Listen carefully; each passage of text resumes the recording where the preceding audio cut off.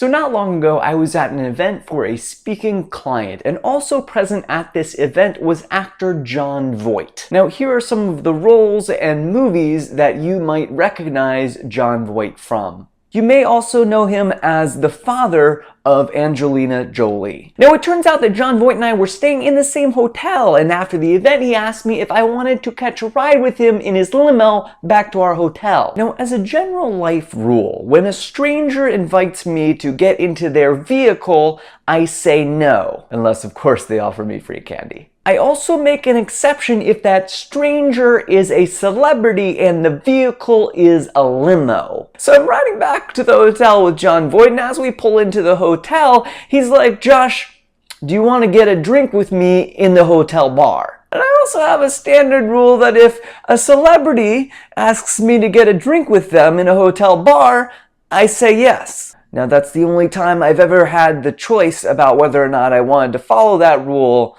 I'm just saying the rule exists. It's on the books. Now, we were in Atlanta, and I had a friend in Atlanta that I wanted to hang out with that night. My friend texted me. I was like, "Hey, come on over to the hotel bar. Let's get a drink here." Meanwhile, Jon Voight and I sit down at a table at the bar. The server comes over, and she's like, "What can I get you guys?" And I was like, "Man, I don't know. Like, I need to order something really classy to impress Jon Voight." Anyway, I ordered a gin and tonic because I thought that sounded kind of classy. Then she turns to Jon Voight and asks for his order. Jon Voight's like, "Do you guys have any cheese toast?" You can tell she's trying to think, like, is this some kind of specialty drink that this guy wants? And he's like, a piece of bread with a piece of cheese and then another piece of bread, and then you grill it on both sides. Can you make something like that? She's like, "So you mean like a grilled cheese sandwich?" He's like, "Yeah, cheese toast." So Jon Voight and I, we sit there, we're chatting it up for a couple minutes, and eventually I guess he decides he wants a drink after all, and he walks over to the bar. At this time, my friend shows up. He comes over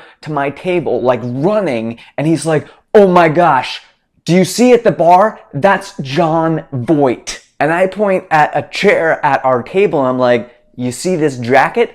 That's Jon Voight's jacket." It was one of the greatest moments of my life. Yes, the celebrity, he's with me. As we sat there sipping our drinks and eating our cheese toasts, a lot of people kept coming over and asking for pictures with Jon Voight and saying like, "Oh my gosh, I loved you in this movie or that movie, you're so great." And at one point my friend asked him, he's like, "Mr. Voight, does that ever get annoying having all these people come up and bother you like that?" And Jon Voight's like, "You know what? These people, they're all just trying to be nice, and it wouldn't be fair if I was rude to them in return." And it reminded me of my own life, because people are constantly like pushing me out of the way to open a door for me, or people will just come up to me and be like, "Is there anything that I can help you with right now?" I don't like, just strangers. And it's a little bit annoying, but after that conversation with Jon Voight, I realized, you know what? These people, they're just trying to be nice. And so I should try to at least be polite to them in return. So please subscribe for a new video from me every Tuesday. So that's how I met Jon Voight. If you'd like to hear other stories of awkward encounters I've had with celebrities, you can click on the links below to hear stories such as the time Miss America made fun of me, the time I said some semi-creepy things to Mandy Moore and ended up being photographed with her in a celebrity tabloid magazine, and the time Randy Jackson said that he was feeling my shirt, dog. Alright, we should hang out sometime in